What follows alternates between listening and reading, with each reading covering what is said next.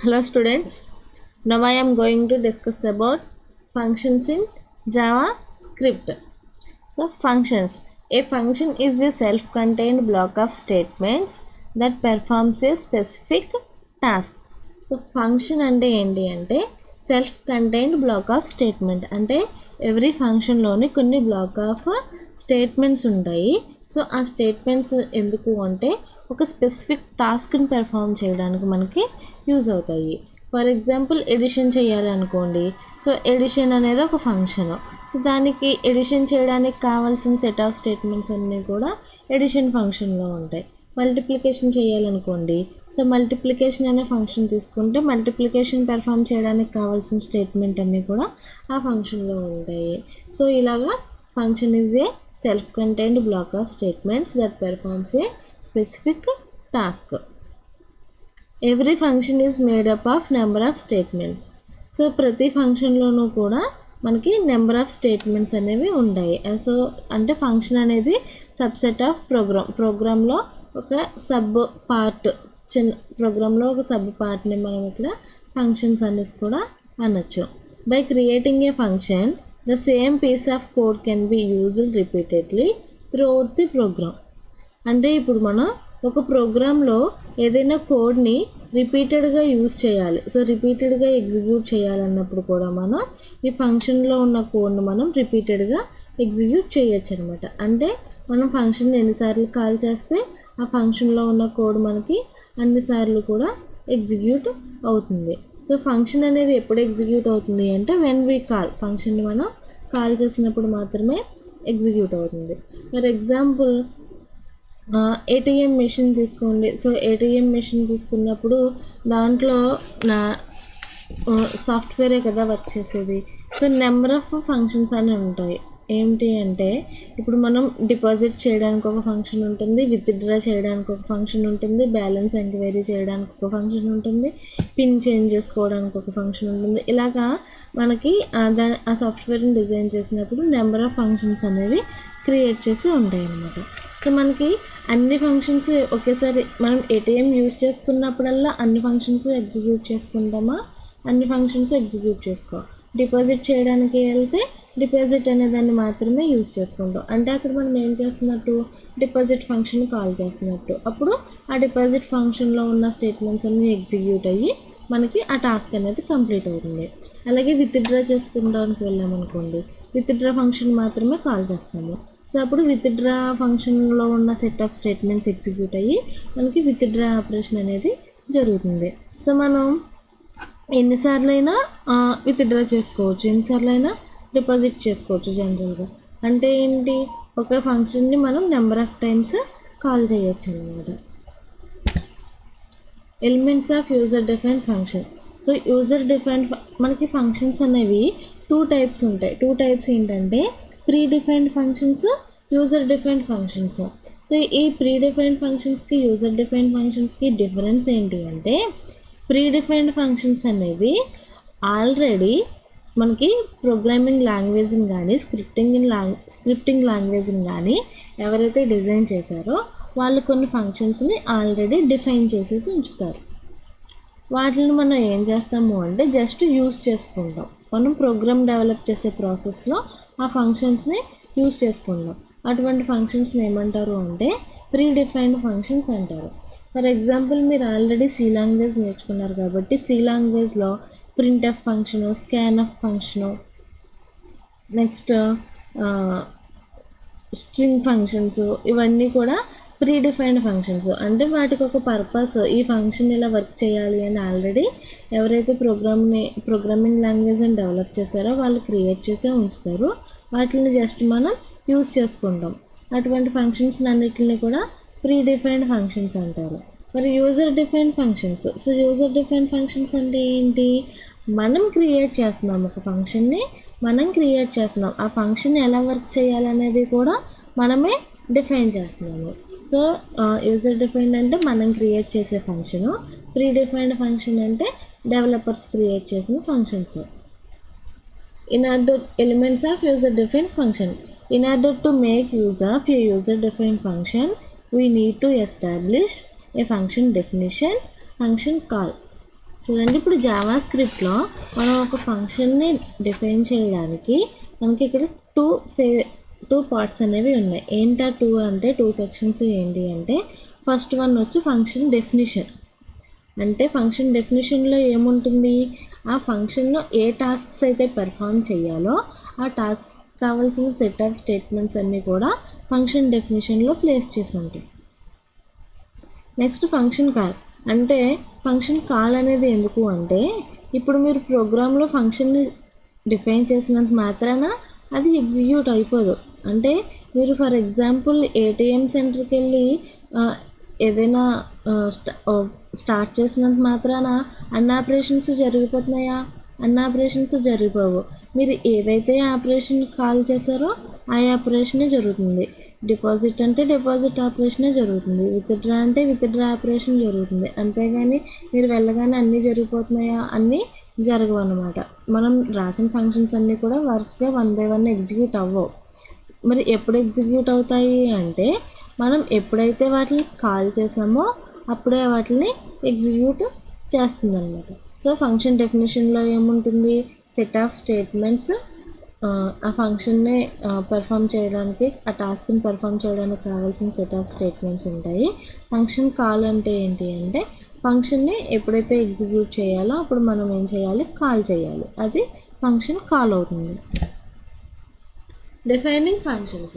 So ఇప్పుడు ఫంక్షన్ని ఎలా డిఫైన్ చేయాలనేది చూద్దాం. సో ఫస్ట్ ఫంక్షన్ని యూజ్ చేయాలి అంటే ముందు మనం డిఫైన్ చేసుకోవాలి. అంటే ఆ ఫంక్షన్ ఏ టాస్క్ కోసం అయితే క్రియేట్ చేస్తున్నామో ఆ టాస్క్ కావాల్సిన సెట్ ఆఫ్ స్టేట్మెంట్స్ని మనం మెన్షన్ చేసుకోవాలి.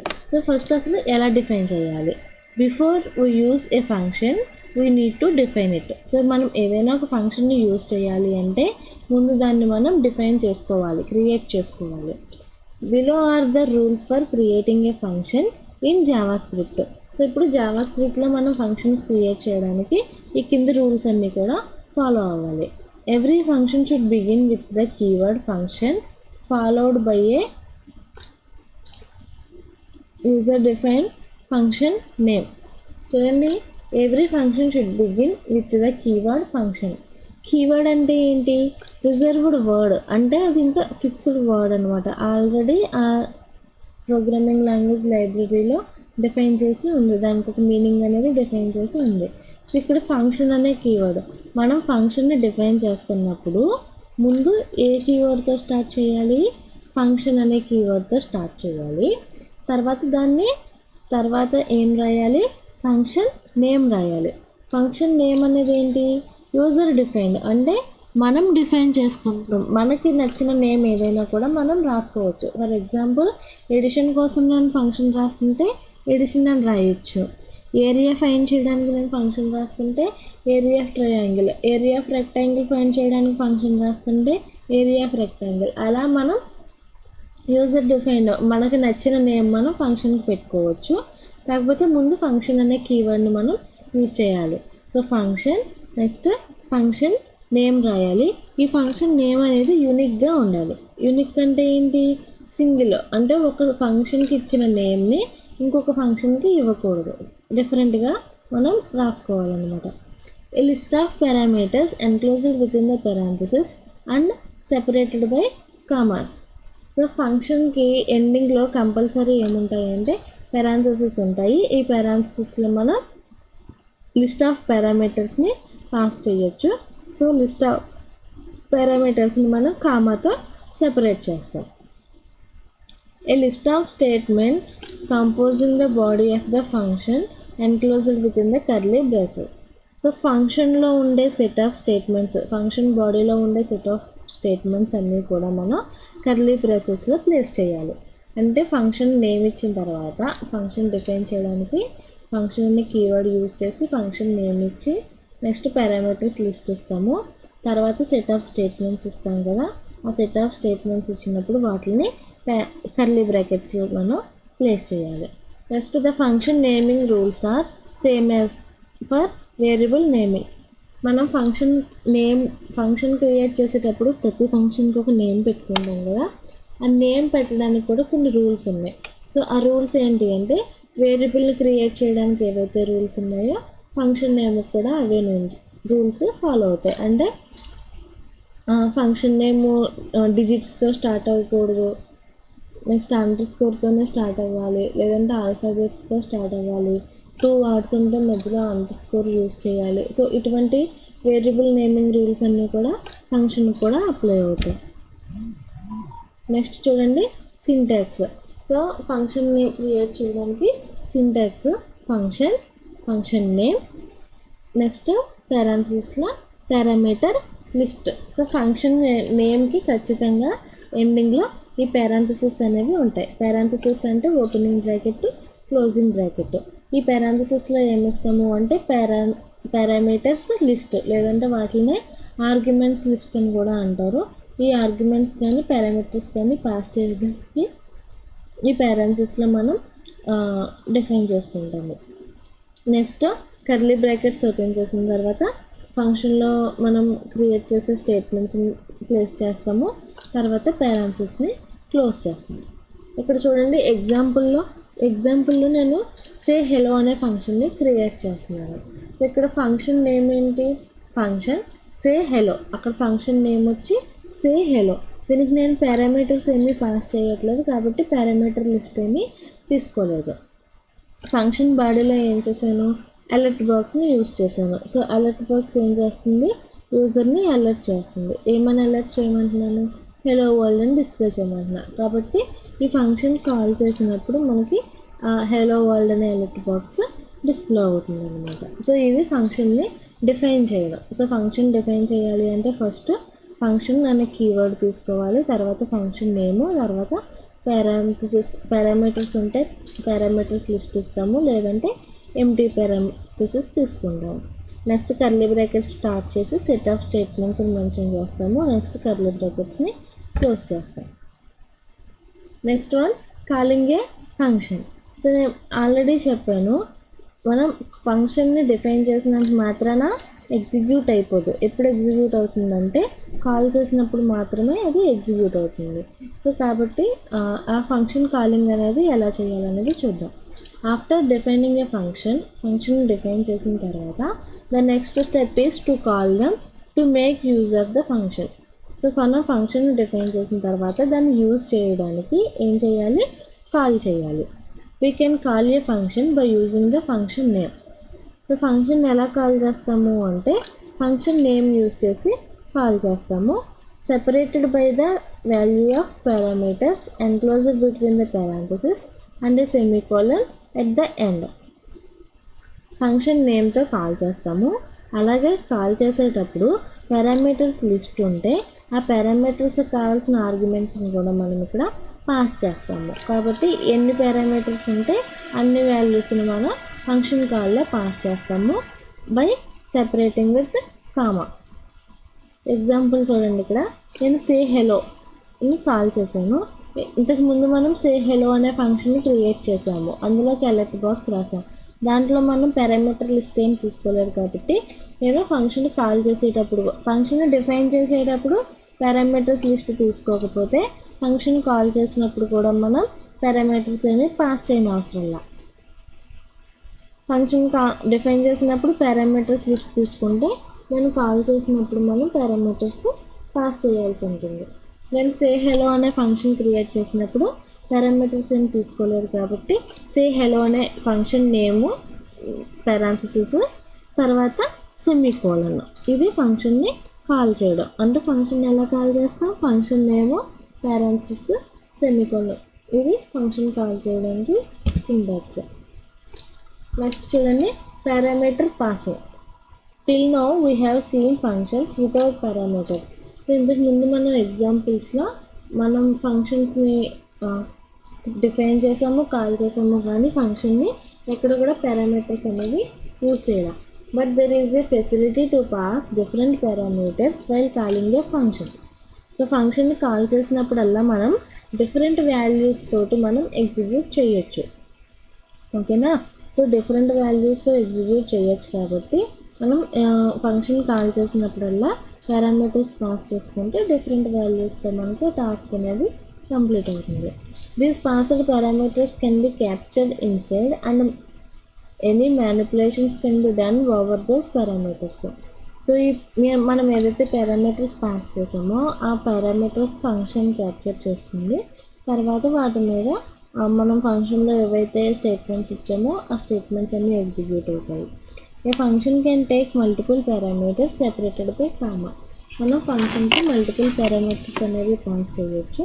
సో వాటిని ఎలా సెపరేట్ చేస్తాము అంటే కామాతో సెపరేట్ చేస్తాం. ఎగ్జాంపుల్ చూడండి, ఫంక్షన్ సే హెలో. ఇంతకు ముందు కూడా మనం ఫంక్షన్ సే హెలో తీసుకున్నాము. దాంట్లో నేను పారామీటర్స్ ఏమి పాస్ చేయాలి, కానీ ఇక్కడ ఏం చేస్తున్నాను, సే హెలోకి 2 పారామీటర్స్ తీసుకున్నాను. ఏంటవి? నేమ్ అనేది ఒకటి, ఏజ్ అనేది ఒకటి.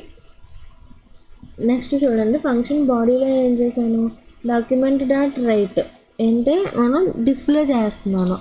ఏం డిస్ప్లే చేస్తున్నాను, name is plus age is 6 years, age is అని ఇయర్స్ ఓల్డ్ అని ఇచ్చాను. అంటే ఇక్కడ నేమ్ అనేది ఏంటి, ఇక్కడ వేరియబుల్ నేమ్. సో ఇక్కడ నేమ్ అన్న దగ్గర ఏమొస్తుంది, ఈ ఫంక్షన్లో ఉన్న నేమ్కి మీరు ఏవైతే పారామీటర్ పాస్ చేస్తారో ఆ వాల్యూ వస్తుంది. ఈజ్ అనేది ఇక్కడ స్ట్రింగ్, అందుకోసం మనం డబుల్ కొటేషన్లో ప్లేస్ చేసాం. నెక్స్ట్ ఇక్కడ ఏజ్ అనేది కూడా వేరియబుల్ నేమ్. సో మీరు ఫంక్షన్కి ఏ ఏజ్ అయితే పాస్ చేశారో ఆ వాల్యూ ఇక్కడ డిస్ప్లే అవుతుంది. నెక్స్ట్ ఇయర్స్ అనేది స్ట్రింగ్, ఇయర్స్ ఓల్డ్ అనేది స్ట్రింగ్, అది యాస్టీజ్ అనేది డిస్ప్లే అవుతుంది. ఇప్పుడు చూడండి, నేను ఈ ఫంక్షన్ని కాల్ చేస్తున్నాను, సే హెలో అనే ఫంక్షన్ని కాల్ చేస్తున్నాను. సే హెలో రామ్ 7. సో ఎప్పుడైతే మీరు ఈ ఫంక్షన్ని కాల్ చేశారో ఫంక్షన్ డెఫినేషన్ దగ్గర నేమ్ అనే వేరియబుల్ ఉంది కదా, పారామీటర్, ఫస్ట్ పారామీటర్. ఈ నేమ్ అనే దానికి ఈ రామ్ అనే వాల్యూ అసైన్ అవుతుంది. ఈ ఏజ్ అనే దానికి 7 వాల్యూ అసైన్ అవుతుంది. సో మీరు ఎప్పుడైతే ఫంక్షన్లో డిస్ప్లే చేస్తున్నారో, నేమ్ని డిస్ప్లే చేస్తున్నారో అక్కడ రామ్ అనేది డిస్ప్లే అవుతుంది. ఏజ్ని డిస్ప్లే చేస్తున్నారో అక్కడ 7 అనేది డిస్ప్లే అవుతుంది. సో మనకి రిజల్ట్ ఏమొస్తుంది, రామ్ ఈజ్ 7 years ఓల్డ్ అని మనకి రిజల్ట్ వస్తుంది అన్నమాట.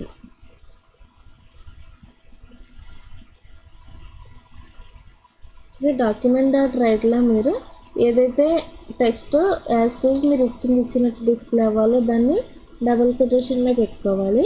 అలా కాకుండా దాంట్లో ఉన్న వాల్యూ డిస్ప్లే అవ్వాలంటే మీరు డైరెక్ట్గా వేరియబుల్ నేమ్ని మెన్షన్ చేయాలి, దాన్ని డబుల్ కొటేషన్స్లో ఏమీ పెట్టుకోకర్లేదు. ఇక్కడ నేమ్ అనేది వేరియబుల్, ఈజ్ అనేది స్ట్రింగ్, ఈ రెండు డిఫరెంట్ కాబట్టి దాన్ని ప్లస్ అని కన్కాటినేషన్ ఆపరేటర్తో కంబైన్ చేస్తున్నాం అన్నమాట. Next the return statement. The return keyword is used to return values from function. మనం ఫంక్షన్ నుంచి మళ్ళీ ఖాళీ ఫంక్షన్కి వాల్యూస్ని రిటర్న్ చేయొచ్చు. సో అలా రిటర్న్ చేయడానికి ఇక్కడ మనకి ఉన్న స్టేట్మెంట్ ఏంటి అంటే రిటర్న్ అనే స్టేట్మెంట్. అంటే మీరు ఎప్పుడైతే ఫంక్షన్ కాల్ చేశారో అక్కడికి మనకి రిజల్ట్ అనేది మళ్ళీ రిటర్న్ అవుతుంది అనమాట. Functions can return result. Functions రిజల్ట్ని రిటర్న్ చేస్తాయి.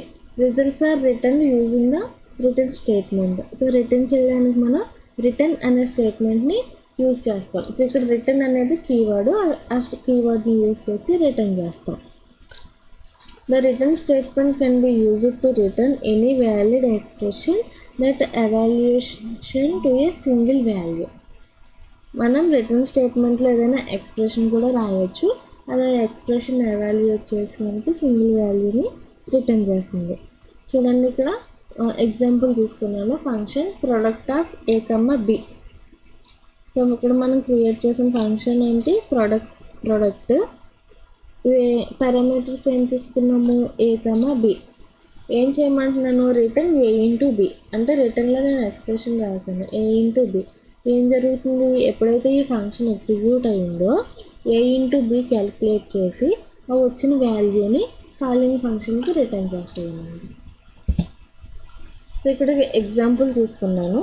ఈ ఎగ్జాంపుల్ చూడండి, ఫస్ట్ బాడీలో ఒక హెడ్డింగ్ తీసుకున్నాను H2 యూజ్ చేసి, జావా స్క్రిప్ట్ ఫంక్షన్స్ అని.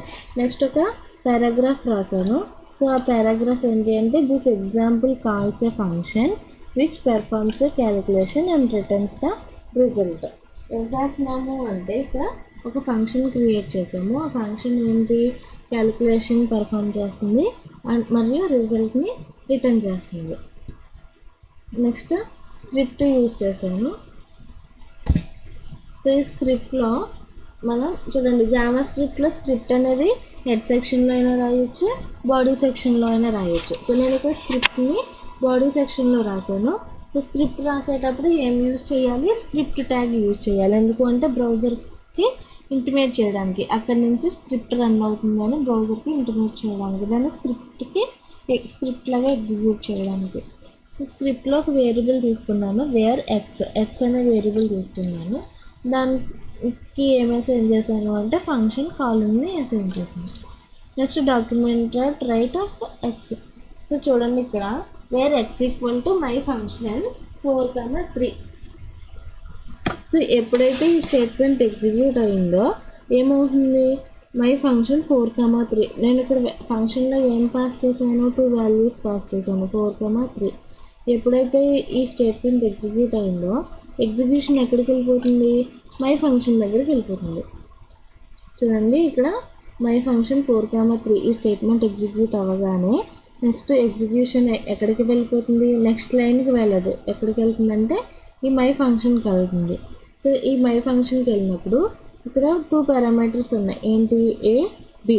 ఇప్పుడు ఏమవుతుంది, A is equal to 4 assign అవుతుంది, B is equal to 3 assign అవుతుంది. మనం ఆ ఫంక్షన్కి ఆ వాల్యూస్ని పాస్ చేసాం కాబట్టి.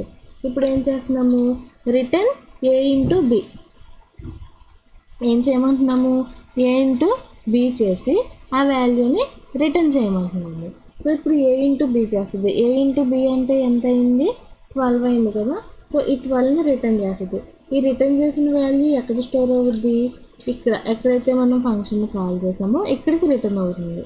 సారీ, ఎక్కడైతే మనం ఫంక్షన్ కాల్ చేసామో ఈ ఫంక్షన్ కాల్కి రిటర్న్ అవుతుంది. సో దీన్ని మనం ఎక్స్కి అసైన్ చేసాం కదా ఫంక్షన్ కాల్ని, కాబట్టి ఇప్పుడు ఎక్స్ ఈక్వల్ టు వచ్చిన రిటర్న్ అయిన వాల్యూ ఎందులో స్టోర్ అవుతుంది అంటే ఎక్స్లో స్టోర్ అవుతుంది. సో ఎక్స్ ఈక్వల్ టు ఎంత అవుతుంది, 12 అవుతుంది.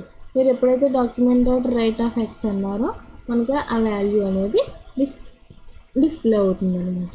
ఇప్పుడు చూడండి రిజల్ట్ చూడండి, ఫస్ట్ హెడ్డింగ్ వచ్చింది, తర్వాత పారాగ్రాఫ్ రాసాను కదా, పారాగ్రాఫ్ వచ్చింది, నెక్స్ట్ ఎక్స్లో ఉన్న వాల్యూ మనకి డిస్ప్లే అయింది. సో ఇది ఫంక్షన్ యొక్క ఎగ్జిక్యూషన్. సో ఫంక్షన్ని క్రియేట్ చేసినప్పుడు ఏం చేయాలి, ఫంక్షన్ని డిఫైన్ చేయాలి, నెక్స్ట్ ఫంక్షన్ని కాల్ చేయాలి. సో ఫంక్షన్ ఎప్పుడైతే కాల్ చేసామో అప్పుడే మనకి ఈ ఫంక్షన్ బాడీ అనేది ఎగ్జిక్యూట్ అవుతుంది. Okay students, thank you.